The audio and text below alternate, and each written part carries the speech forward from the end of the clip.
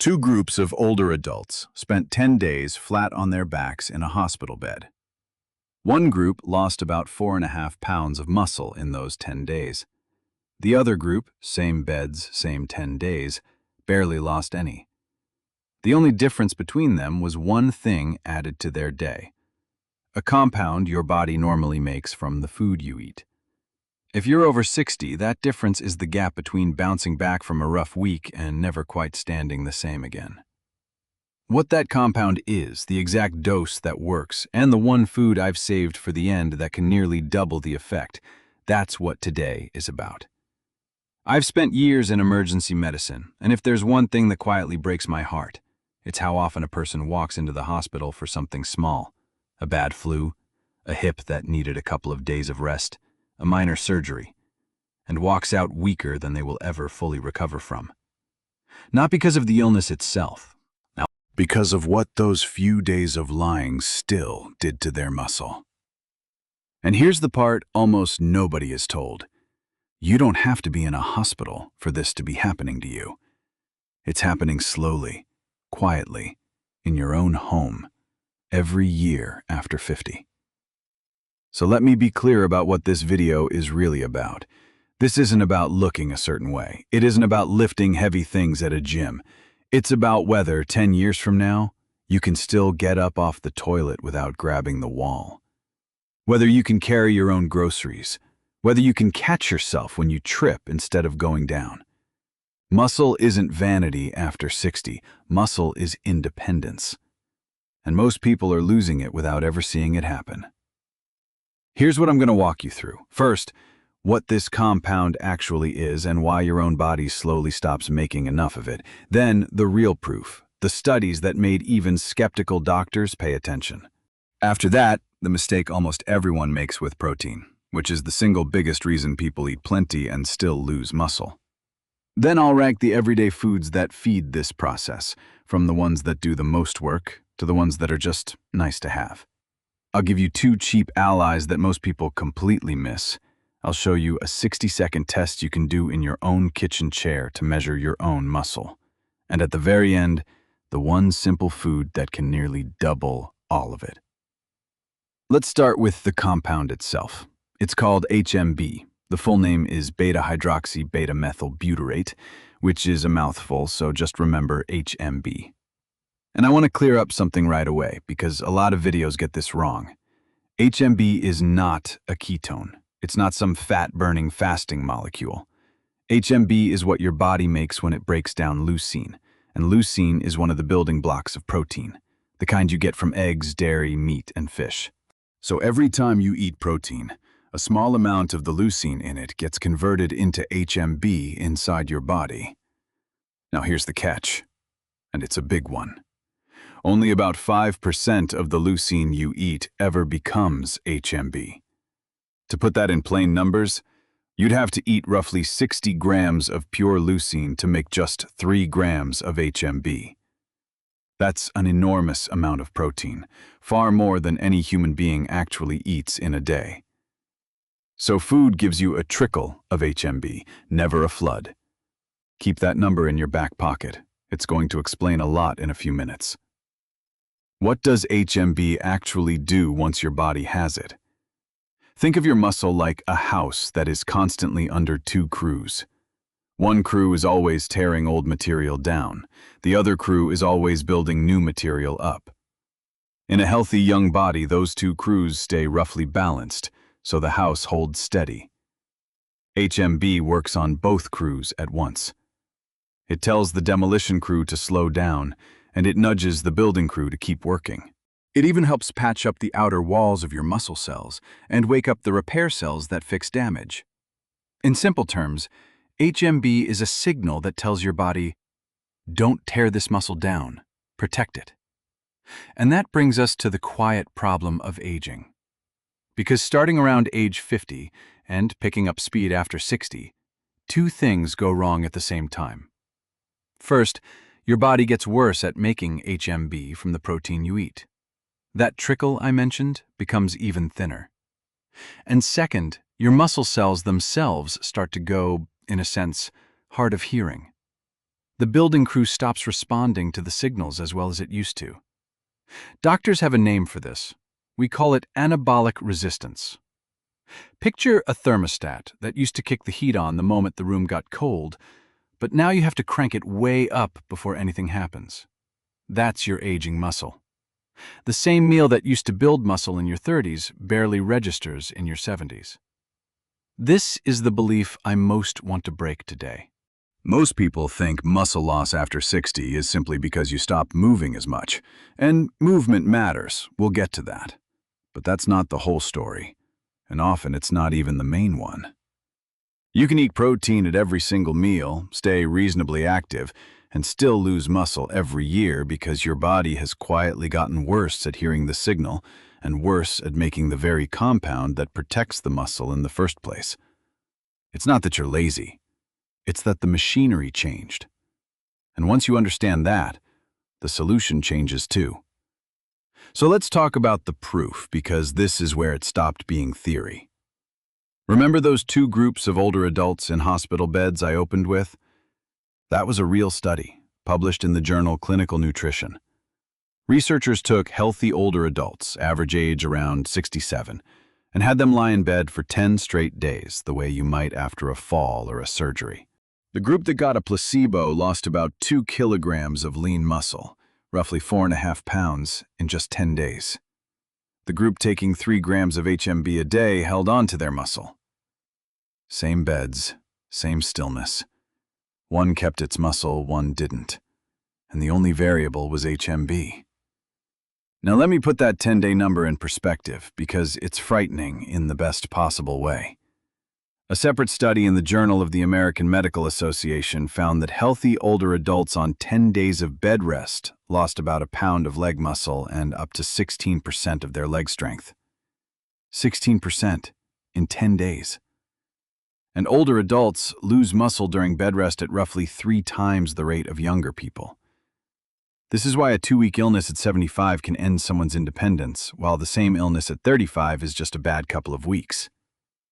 Your muscle is a savings account, and after 60, the withdrawals come fast and the deposits come slow. But HMB isn't only about surviving bed rest. A large review published in the journal Frontiers in Nutrition in 2025, pooling together 21 separate trials and nearly 2,000 people over the age of 50, found that HMB, taken at that same 3 grams a day, increased muscle mass, improved grip strength, and made people meaningfully faster at standing up out of a chair 5 times in a row. That chair test matters more than it sounds, and I'll come back to it, because it's one of the best predictors we have of whether an older adult stays independent or ends up needing help. Here's the honest part, though, and I'd rather lose your trust to a click than keep it with a lie. HMB is not a miracle pill. It is not going to turn a frail 80-year-old into a bodybuilder. What the science actually shows is that it protects muscle you already have and gives your body a real edge, especially during the dangerous windows, illness, injury, bed rest, or simply the slow grind of aging when you can't exercise the way you used to. It works best alongside good nutrition and whatever movement your body can manage. Think of it as a shield, not a magic wand. But for someone at risk of frailty, a good shield can be the difference between staying in your own home and not. Now, before we get to the foods, I have to tell you about the mistake almost everyone makes. Because if you skip this part, half of what you eat is being wasted. This is the piece that even the original version of this advice usually leaves out. Remember that leucine, the building block that becomes HMB and switches muscle building on? It turns out your muscle doesn't respond to protein in a slow drip. It responds to a threshold. There's a certain amount of leucine you need in a single meal to actually flip the switch and trigger muscle building. In younger adults, that threshold is around 2.5 grams of leucine per meal. But because of the anabolic resistance we talked about, older adults need more, closer to 3 grams or more in a single sitting, to get the same effect. This comes straight out of the European Nutrition Guidelines, the work known as PROT-AGE and the ESPEN recommendations. Here's why that changes everything. The standard recommended amount of protein, the old zero point 0.8 grams per kilogram of body weight, was set to prevent deficiency, not to protect muscle and aging. For older adults, the researchers behind those guidelines now recommend more like 1 to 1.2 grams per kilogram a day, and even higher if you're ill or already losing muscle. But the total isn't even the real issue. The real issue is how you spread it out. Most people eat almost no protein at breakfast, a little at lunch, and then a big pile at dinner. And here's the problem.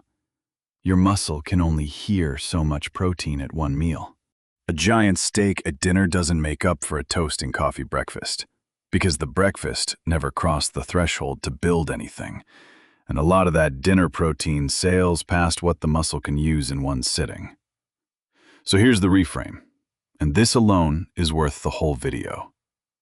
Don't ask, am I eating enough protein? Ask, am I crossing the leucine threshold at every meal? The target is simple to remember. Aim for roughly 25 to 35 grams of protein at each of your 3 meals, with a solid dose of leucine in each. That's a palm-sized serving of a protein-rich food at breakfast, lunch, and dinner. 3 doses that each cross the threshold beat one giant dose that mostly gets wasted. If you change nothing else after today, change your breakfast. That's the meal most older adults get wrong. Now, with that in mind, let's rank the foods, because not all protein is created equal for this job. I'm going to sort these from the biggest muscle-protecting return down to the nice extras, so you know where to put your effort first.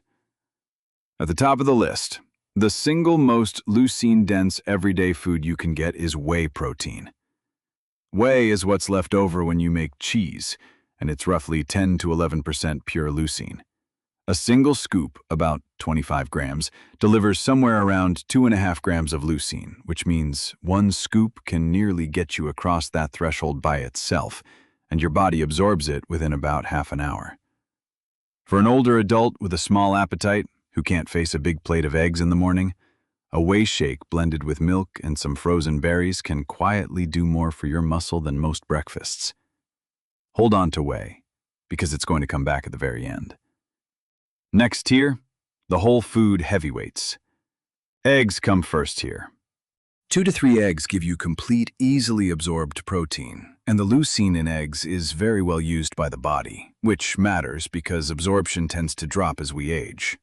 And please, eat the yolks. That's where the vitamin D, the B vitamins, and much of the real nutrition lives.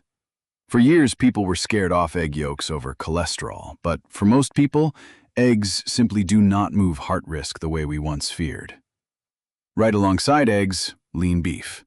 A 3 to 4 ounce serving of a lean cut is one of the richest natural sources of leucine there is, and it comes bundled with iron, zinc, and creatine, which we'll talk about in a minute. 2 or 3 times a week is plenty. Then, the dairy tier. Greek yogurt has nearly triple the protein of regular yogurt because of how it's strained, so it clears the threshold far more easily. And if you can tolerate it, choose the full-fat version because a little fat helps you absorb the vitamin D that muscle needs. And cottage cheese, which earns a special mention for one reason: timing. Cottage cheese is rich in casein, a slow-digesting protein that trickles amino acids into your bloodstream for hours. A half cup, about 30 minutes before bed, gives your muscle a slow overnight feed during the very hours, while you sleep, when muscle breakdown tends to run fastest. That's a small habit with an outsized payoff. Then the specialists. Salmon brings solid protein plus omega-3 fats that lower the background inflammation that itself drives muscle loss, so 2 or 3 servings a week does double duty.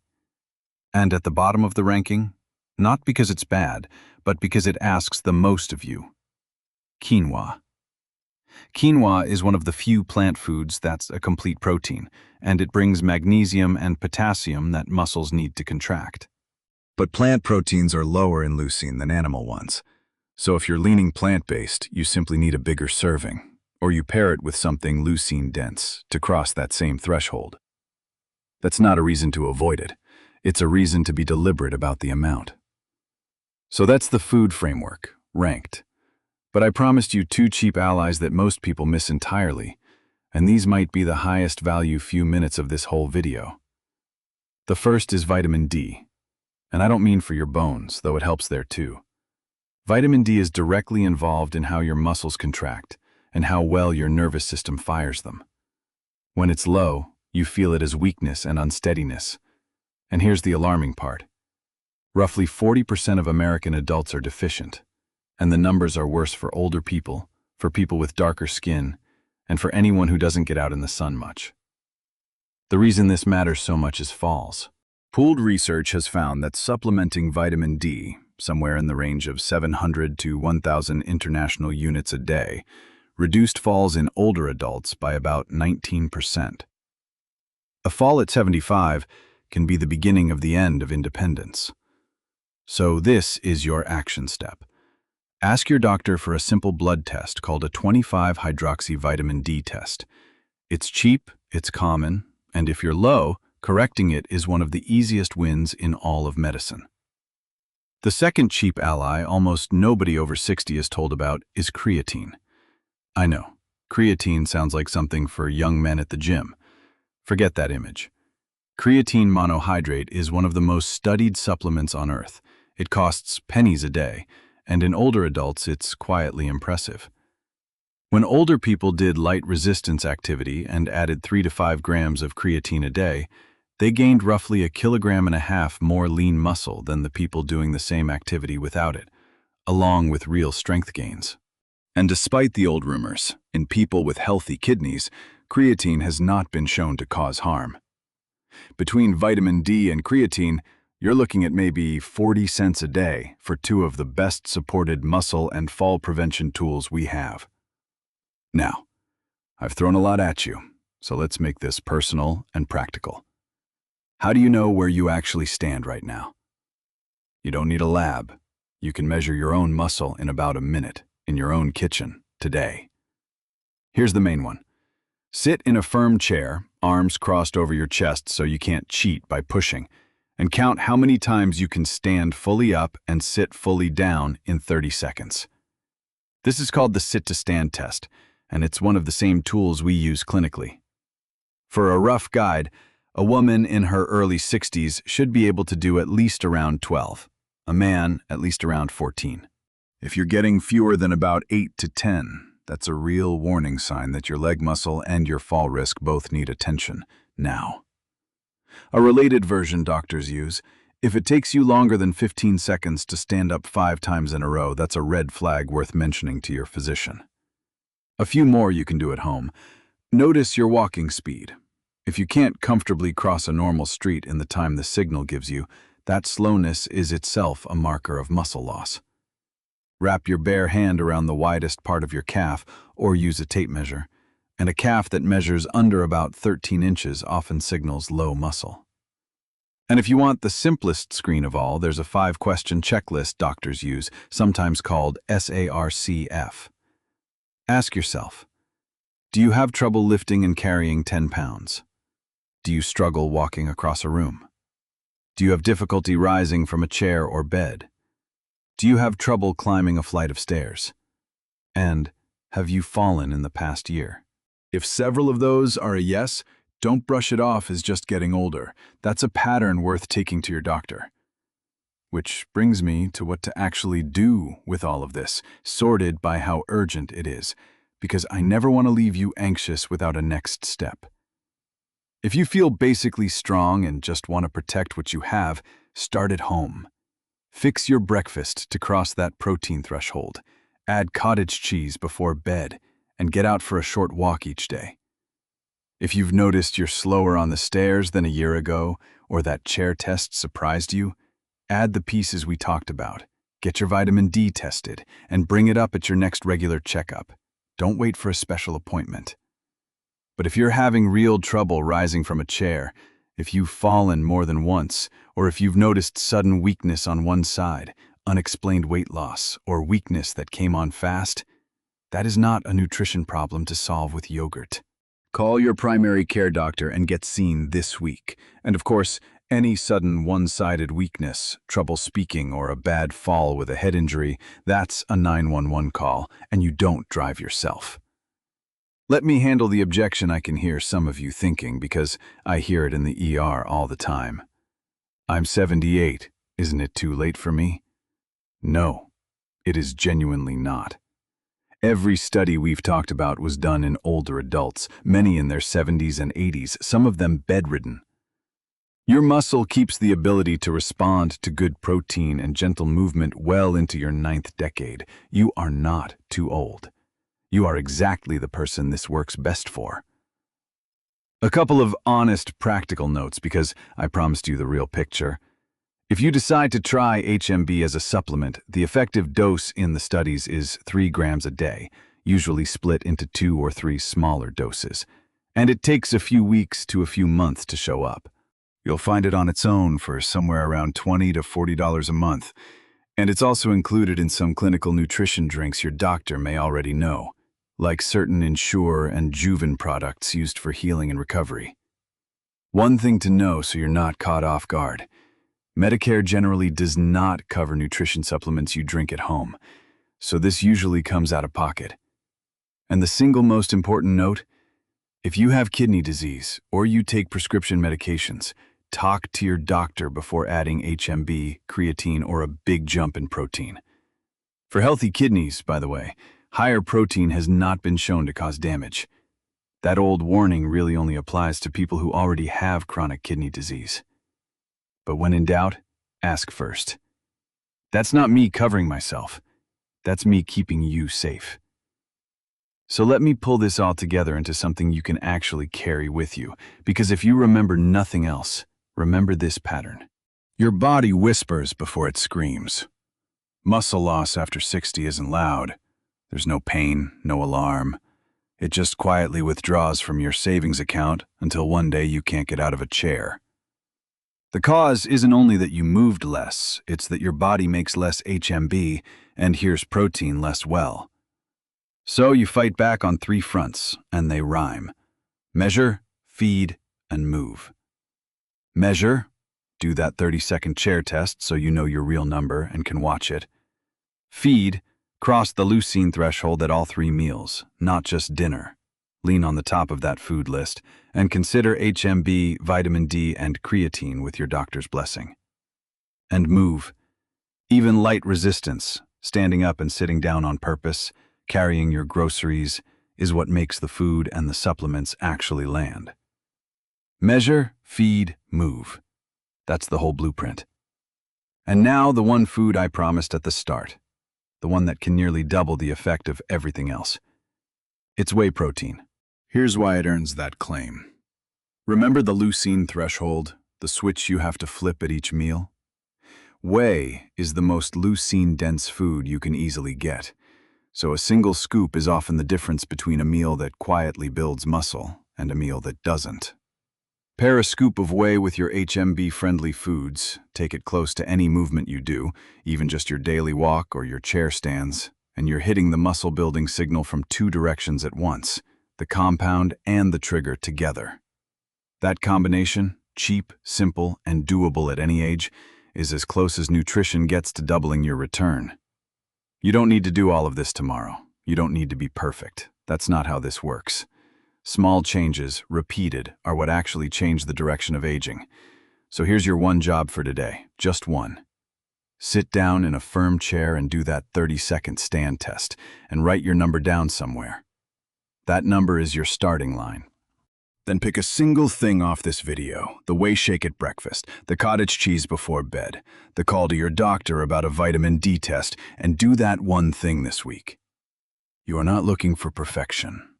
You are looking for the direction of the line to change. And if there's someone you love who's been getting a little unsteady, a little slower out of a chair, share this with them. Because the people who do best are almost always the ones who noticed the whisper early and did one small thing about it before it ever had to scream.